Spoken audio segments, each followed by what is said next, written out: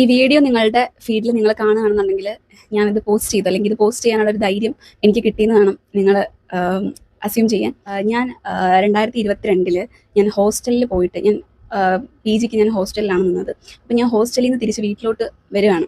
അപ്പോൾ ഞാൻ വീട്ടിലോട്ട് വന്നുകൊണ്ടിരിക്കുന്ന സമയത്ത് കൊട്ടാരക്കര ഫാസ്റ്റിൽ ഞാൻ മാവേലിക്കരയിൽ നിന്ന് കയറുന്നു. അപ്പം അത്യാവശ്യം നല്ല തിരക്കാണ്. അപ്പം ഞാൻ ഇട്ടിരിക്കുന്നതെന്ന് പറഞ്ഞാൽ ഒരു ജീൻസും ഒരു ഷോർട്ട് ടോപ്പുമാണ് ഇട്ടിരിക്കുന്നത്. ഞാൻ കയറിയപ്പോഴത്തേക്ക് ഒരാൾ പറഞ്ഞു, മോളെ ബാഗ് നിന്നിട്ട് ഇങ്ങോട്ട് ചാരി നിന്നോ, ഭയങ്കര തിരക്കാണ് എന്ന് പറഞ്ഞു. അപ്പം എനിക്ക് പീരീഡ്സ് ആയിട്ട് എനിക്ക് തീരെ വയ്യാതിരിക്കുകയാണ്. അപ്പം ഞാൻ ആ കമ്പിയിൽ ഇങ്ങനെ ചാരി നിന്നു.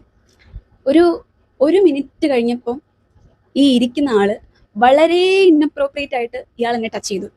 അപ്പം ആദ്യം എനിക്ക് മനസ്സിലായില്ല ലൈക്ക് ആരാണ്, എന്താണ് സംഭവിക്കുന്നതെന്നൊരു ഇതായിരുന്നു എനിക്കൊന്നും ചെയ്യാൻ പറ്റിയില്ല. ഞാൻ അവിടെ നിന്ന് കരയാണ് ആക്ച്വലി ചെയ്തത്. ഞാൻ ഈ കരയുന്നത് കണ്ടതും ഈ ആളിറങ്ങണം എന്ന് പറഞ്ഞിട്ട് ആ സ്റ്റോപ്പിൽ ഇറങ്ങി.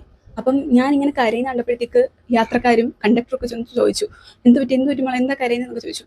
അപ്പം എനിക്കിത് പറയണം എന്നുണ്ട്, എനിക്ക് പറയാൻ പറ്റുന്നില്ല. എൻ്റെ ദേഹത്ത് എന്തോ പറയുന്നത് എനിക്ക് അറിയില്ല, എനിക്ക് എന്തൊക്കെയോ പോലെ ഫീൽ ചെയ്യുക. ഞാൻ എങ്ങനെയൊക്കെയോ പറഞ്ഞ് അപ്പം അവരും എന്നോട് ചോദിക്കുന്നത് എന്താ, അപ്പം പറയാഞ്ഞത് എന്താ. അപ്പം ഞാൻ എന്നെ തന്നെ കുറ്റപ്പെടുത്തിക്കൊണ്ടിരിക്കുക, ഞാൻ എന്തുകൊണ്ട് പ്രതികരിച്ചില്ല, ഞാൻ എന്തുകൊണ്ട് എനിക്കിത് ചെയ്യാൻ പറ്റിയില്ല എന്നുള്ളൊരു തോട്ട് എനിക്കിങ്ങനെ വന്നുകൊണ്ടിരിക്കുക. അപ്പം ആ ബസ്സിൽ തന്നെയുള്ള 1-2 ചേച്ചിമാർ തൊട്ടപ്പുറത്ത് കുറച്ച് മാറി നിൽക്കുകയാണ്. അവരവിടെ എന്നിട്ട് പറഞ്ഞു, ഞങ്ങളൊക്കെ എത്ര ബസ്സിൽ കയറുന്നു, ഞങ്ങളെ ആരും ഇങ്ങനെ പിടിക്കാനൊന്നും വരുന്നില്ലല്ലോ, ഇവിടുത്തെ പെൺപിള്ളേരുടെ ഓരോ കാര്യങ്ങൾ എന്നൊരു ഡയലോഗ് പറഞ്ഞു. ഇപ്പം 3-4 വർഷമായി സംഭവം നടന്നിട്ട്, പക്ഷേ സ്റ്റിൽ ആ വാക്ക് എനിക്കുണ്ടാക്കിയ ഒരു ഇമ്പാക്റ്റ് എന്ന് പറഞ്ഞത് വലുതായിരുന്നു. കാരണം എൻ്റെ ഭാഗത്ത് എന്തോ മിസ്റ്റേക്ക് കൊണ്ടാണ് അയാൾ എന്നെ കയറി പിടിച്ചത് എന്നൊരു ഔട്ട്കമാണ് എനിക്ക് അതിൽ നിന്ന് കിട്ടിയത്. അപ്പം പിന്നീട് എനിക്ക് ബസ്സിലൊരു മോഡേൺ ഡ്രസ്സ് ഇട്ടുകൊണ്ട് പോകാനോ ബസ്സിലൊന്ന് ഇരിക്കാനോ പരിചയമില്ലാത്തവരുടെ സീറ്റിലിരിക്കാനോ ഒക്കെ ഭയങ്കര ബുദ്ധിമുട്ടായിരുന്നു.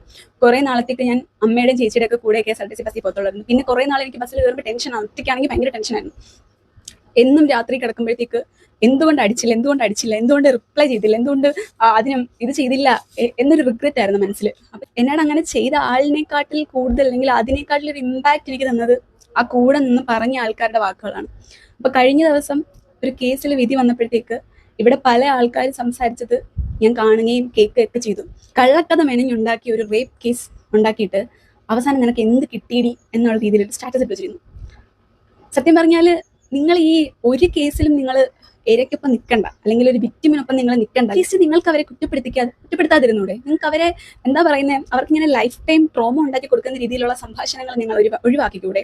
നിങ്ങൾ വിചാരിക്കുന്നൊന്നും ആരും കാണത്തില്ലെന്ന്, പക്ഷേ നിങ്ങളുടെ വീട്ടിലുള്ള ഒരാൾക്ക് ഇങ്ങനെ സംഭവിച്ചാൽ മറ്റൊരാൾ ഇങ്ങനെ ഒരു മെസ്സേജോ ഒരു സ്റ്റോറിയോ ഒക്കെ ഇടുമ്പോൾ നിങ്ങൾക്ക് എന്ത് ഫീൽ ചെയ്യും എന്നുള്ളത് നിങ്ങൾ ചിന്തിച്ചു നോക്കണം. അല്ലെങ്കിൽ അങ്ങനെ ഒരു സംഭവമേ നടന്നിട്ടില്ല എന്ന് പറയാൻ ഞാനോ നിങ്ങളോ ആരുമല്ല. അത് അനുഭവിച്ച ആൾക്ക് മാത്രമേ അറിയത്തുള്ളൂ.